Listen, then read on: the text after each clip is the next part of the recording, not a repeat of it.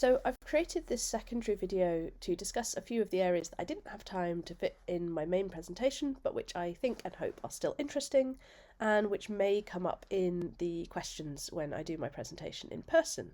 So I hope you find it interesting to learn a little bit more about these areas.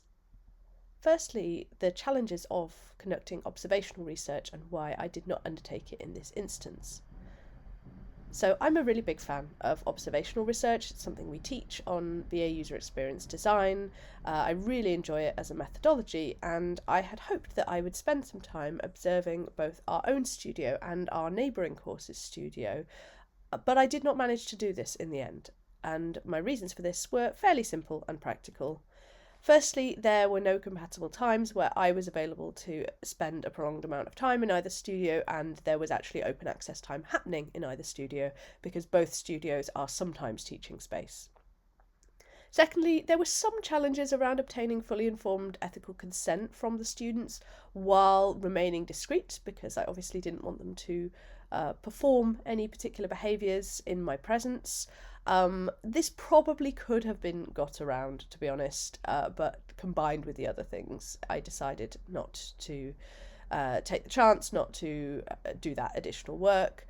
And I ran out of time, and I actually felt that I may have reached data saturation point anyway. I felt like I was hearing the same ideas again and again, and at that point I wasn't sure what the observational research would add to the work that I had done. But I still think it's a really great methodology, and I hope to do it in future research projects where relevant. Secondly, I'd love to talk a little bit more about the grounded theory methodology of qualitative interview coding. So this will involve me showing you a little bit of my interview coding, which I do in a piece of software called Notion. So let me just flip over to that now. Okay, so here we are in Notion, and this is my interview coding page. Notion very helpfully generates a table of contents at the top. So all of these areas are themes and sub-themes that emerged within my interviews. So, for example, the top level theme of how a studio might be run. There is the sub-theme of observation and oversight, and then the different kinds of observation and oversight that you might have. So tutors, preventative or protective, so sort of protecting the space, the lack of oversight potentially, being seen by fellow students, and also the role that UAL senior management play in how we run our workspaces. So these were all ideas that emerged somewhere within my research. So let me just show you a bit more of what that actually means. As you can see, there's a lot of themes, and this is kind of what you would expect with a body of research of this size. So basically what I do is I anonymise my interviewees, so they're all referred to as A, C, ABC. The students I did name S1, S2, S3 because I wanted to be able to differentiate between staff members and students, but everything that they say that could identify them has been anonymised. So basically what I do is I read each interview transcript very closely, and I look at every sentence and I think, what are they really saying in this sentence? What are the ideas that are emerging within this sentence? And then I categorise them. So the categories don't exist before the process starts. You read the interviews one by one and you pull things out as people say them. So let me scroll a little bit further down. Yeah, so there's a theme here, which actually all came from interviewee A, who I think was my technician, because he was really interested in the balance between work and fun. So direct quote from him, there's tons of places you can socialise, and we want to cultivate a fun work environment, but at the same time it's a workspace and we kind of want to maintain that. So a theme is valid even if only one person says it. But if you get a theme where it's coming up from lots of different people, that is something really interesting potentially to latch onto. So the thoughts about opening times came up again and again from both our students and a couple of staff members. And there's lots of other big ones. Oh, this was a big one. The idea of being able to personalise, which, as mentioned, this notion of ownership was something which came up again and again. And yeah, lots of people said this, mostly staff, but some of the students also touched on it. Tidiness and cleanliness. Anyway, hopefully you get the sort of sense from this of how that coding process works, and how then later on, by reviewing these themes and identifying which ones are really key, as in the ones that have come up from lots of different people and in lots of different ways, helps you to frame better what you've learned from a body of research. I certainly find it to be a really useful tool. So then another question which I think is kind of interesting was why I decided to do a group interview for the students rather than individual interviews as I did with staff. So I conducted a group interview with 4 of my Year 2 students, and there were a few main reasons why I chose to do this. Firstly, time efficiency. As I've just demonstrated with the coding process, both transcribing and coding the interviews does take time.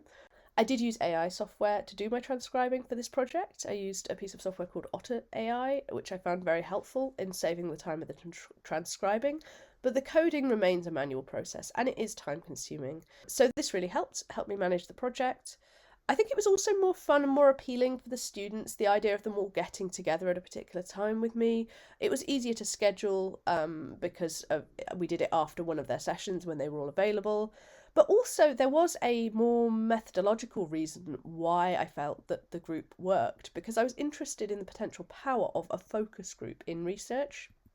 So I did various bits of reading about this, a couple of quotes taken from these here. So the idea that doing a focus group can stimulate spontaneous ideas and personal disclosures beyond what's possible with a one-to-one. And I definitely saw that happening.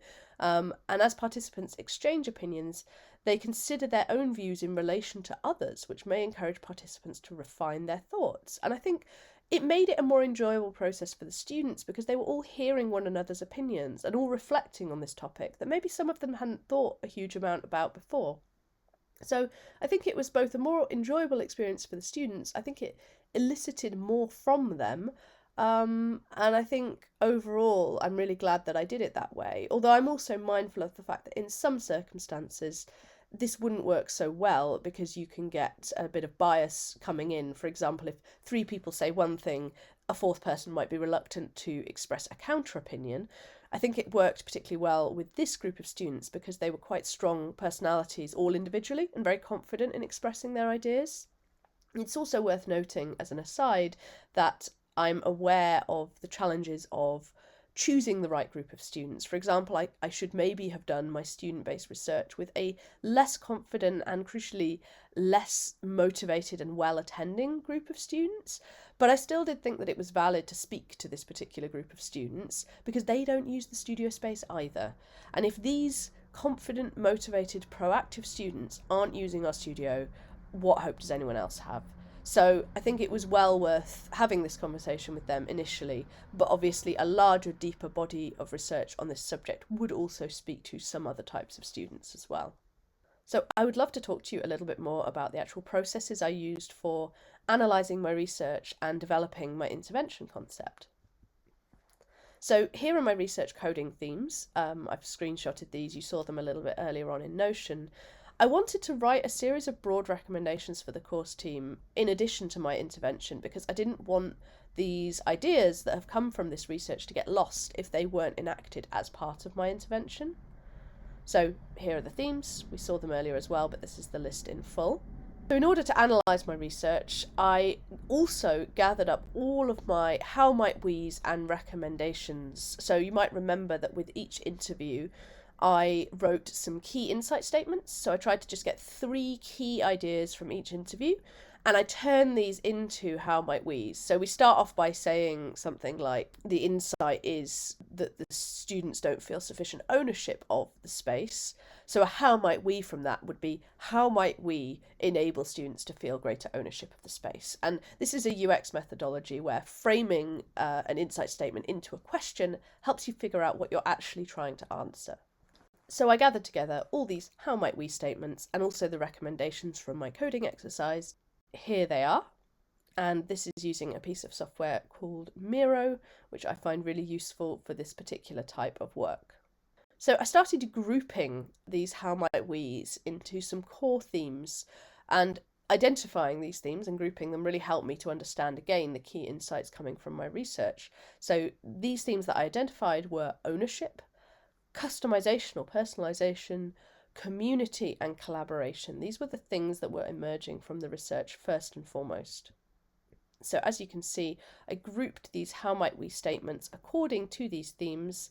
There's one off to the side, how might we help students find the space and quiet they want, because I decided that based on everything else I'd learned in the research, this was out of scope for this particular project. There's also one that you can see which is between two categories. How might we better demonstrate to students what the studio can offer that they cannot get at home? Those things are community and collaboration predominantly, so that's why we put this here. And then I decided that actually the ideas of ownership and customization kind of might be one theme rather than two themes. So, having identified these core themes, I then clustered my recommendation post-its according to these themes to start to see what sorts of intervention ideas were coming out. So, with my core themes of community and collaboration, customization and ownership, my recommendations sit nicely underneath these. So some of the ideas that had come out, some of the recommendations from my coding were the fact that we needed to publicise our opening hours much more clearly. Students will feel much more ownership of the space if they actually understand when they can use it. Another recommendation that came out was allowing and encouraging students to display their work in the space. And for me, this sat nicely under this theme of customization. Some other examples, for example, arranging events or activities which bring students into the space at non-scheduled times. This fits nicely under building this idea of community and collaboration. So it was quite nice to see how well these recommendations mapped onto my themes, which just shows that the analysis process has probably been carried out fairly well for this body of research. So I summarised the core themes into three key how might we's, coming back to these how might we statements again, because I do find them a really useful methodology. Again, it's a process which is used in UX research and is something that I have used in industry as well as in this kind of academic research. So I came to these three key how might we's and I developed several simple intervention ideas underneath each one based on all the recommendations and other insights I gained throughout the research. So my three how might we's were: how might we foster a greater sense of community and collaboration in the studio? How might we help students understand ways in which they can customise the space? And how might we foster a sense of ownership of the space in our students? Those are my three key goals. If I can manage even one or two of these in my intervention, I'll be doing really well. And then I came up, based on recommendations, with all these different types of interventions. The arrows connecting them show where they are kind of either the same thing or they sit across two different themes. So, for example, better promoting studio opening times. This came up twice. We're going to do this anyway, even though I'm not doing it as my PG Cert intervention, because we did not know that the students did not understand the opening times of the studio. It has never been clearly communicated anywhere, and so it leaves them in the dark. What a simple realisation, and it almost felt too simple for the PG Cert, so this is what we are going to do anyway. Following this, I mapped all of my ideas onto what we call a value effort matrix. You'll see what this is on the next slide. Basically, it's all about identifying ideas which are the highest value, they are going to bring the most to solving this problem, and ideally are the lowest effort. At least that's what I want for my intervention for this project. So the most obvious high value, low effort one is really high value and low effort, which is just promoting the studio opening times. I looked across into the next quadrant for some of the other ones. So running workshops, the students made really clear that they would really like this and that it would be of a very high value. And I do believe it would absolutely bring people into the space and start to build that community and connection outside of taught sessions. But it comes with quite a lot of expense. It comes with staffing and planning, things that we may not have capacity to do, certainly not on a regular basis. But it's still an interesting one. Down the bottom, you have things which are of lower value. They might still be worth doing, but they're not necessarily going to be total game changers on their own. If something is high effort and low value, it's probably not really worth doing. But if something is low effort and low value, you should do it if you get time, just, casually. So some of the things that we came up with was just having a diffuser with different essential oils, which sort of enables the students to customize the sensory experience of the space. We actually already have one. We just need to put it in the student space, this kind of thing.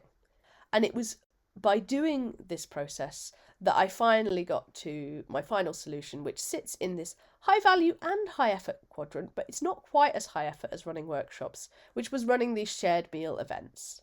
So that is how I got to the final stage. I showed this diagram and all of my recommendations to my course leader, and together we worked through to figure out which of these interventions was the most practical one to undertake. So I'm really interested in food as a social justice issue, as was my course leader. So one thing that we've become aware of sort of outside of my PG Cert research through other conversations that we've had with our students is that a small but significant number of our students are experiencing food poverty, with some of them having to choose between feeding themselves or paying transport costs to come to university. We know that university can be a high pressure space when it comes to spending. Even though we discourage it, many of our students go out to Pret during the break in our sessions and buy their expensive beverages. Even if students don't have to do this, it can feel like the kind of setting where spending money is the norm and is expected. And even with these kind of optional spends, there are also mandatory spends, like simply the cost of getting the bus, that some students have told us they are not able to afford. One of our students specifically told us that they walk in over an hour and a half rather than getting the bus, which is I think like £1.75. So some of these students really are struggling, they really are on the brink, and this is bad. This is really, really genuinely affecting students' outcomes, because that same student won't come in to every session because walking an hour and a half is not appealing. And then they get here and they're hungry, and they haven't practically been able to prepare themselves a packed lunch because they're eating things like beans, and it's not very easy to bring a beans packed lunch. So it's a really grim situation, speaks to wider societal issues. But it did occur to us that if there was anything that we could do to support our students in this, we wanted to. So this is something that you probably will be familiar with. It's Maslow's hierarchy of needs. Basically, he theorized that humans have a lot of different needs, and actually the needs on the upper tiers of this pyramid cannot even hope to be met until the lower tiers are met. And as you can see, the bottom tier is physiological needs. So this is things like air, water, food, shelter, and clothing. Now, if our students are struggling to feed themselves, they are not going to feel secure. They are not going to be healthy. They're going to struggle to complete their studies, which means they're going to struggle with employment. And so that's a really, really big deal. How can we expect our students to build this sense of belonging that we want them to have in our studio, self-esteem and realization of their potential, if they are simply struggling to feed themselves and potentially they're living in accommodation which is, cold or substandard? So even though this is a much touted graphic and we talk about Maslow's hierarchy of needs a lot, I do think it is still really relevant in this context. So as well as building community within our studio, our Noodle socials also serve to support some of these students with attendance more broadly, as they don't have to worry about paying for or preparing lunch on the days when we're having Noodle days. And one of my students, and the student said to me afterwards, I was kind of joking, but also kind of not, said to me, this is why I came in today, because I knew we were having noodles, and I thought that spoke a great deal to the potential of this type of event, and how it supports students. So I feel like we've done, hopefully, a thing which extends beyond just the stated goals of the project here. As well as Noodle Socials, we have also initiated a food bank. My course leader has rather snappily called it the Nourish Nook, big fan of alliteration, which is just a small food bank that students can dip into when the office is staffed, so it's not totally unsupervised access. So far it has been very well respected, and I think is something that we hope to be able to maintain on an ongoing basis, because it's not too expensive for us, but it does make a real difference to our students. So finally, just a little bit on how I gathered feedback from the intervention. I was mindful of the fact that my students had already contributed quite a lot to my research. My second years had done an interview with me, or some of them had. My first years, some of them had been in a workshop. They'd all been asked to complete a survey. So I didn't want to bother them too much with yet more, please give me feedback, please give me info on this. So I made it quite an informal process. I put up this whiteboard and I asked for feedback. And in case they were struggling to think about the types of things they might want to say, how often would you come to this? What types of noodles do you like? Do you have any suggestions for how we run it? Things you like or things that could improve? At the last minute, we lost the marker, but then we added day of the week because we were struggling a little bit to decide when it would best be scheduled. And then we asked students to either write on the whiteboard or add post-its with their thoughts. Ignore the post-its behind on the left, that is part of another project. We love our post-its on BAUX. The key feedback that we got on the Noodle socials was a lot of stuff about what type of noodles they wanted. Can we have this particular type of noodles? Could we have hot sauce next time? That actually is really good in my book because it implies a certain amount of investment in the event. You know, they will come again, but can we have these kind of noodles, please? You know, so I thought that was quite positive, and that was the vast majority of the feedback. The main piece of sort of productive feedback that we got in terms of my research was, can we get more people from other years to come? Because it was predominantly first years, there were 4 or 5 second years and 2 or 3 third years. The real challenge with this is that their sessions are scheduled on different days, and there is no day of the week when all of them are in. So we're trying to decide in future whether we schedule Noodle socials on different days to try and get a different mix each time, or whether we keep it on the same day for consistency and hope that it builds a reputation of being worth coming in for. We're still figuring this out. And then just quite a lot of the feedback was just saying that they had a really good time and will come again. So that is really, really good from my perspective, and I'm looking forward to hosting the next event. So thank you very much for watching this video with my additional answers to questions. I hope you found it interesting and informative. I appreciate your time.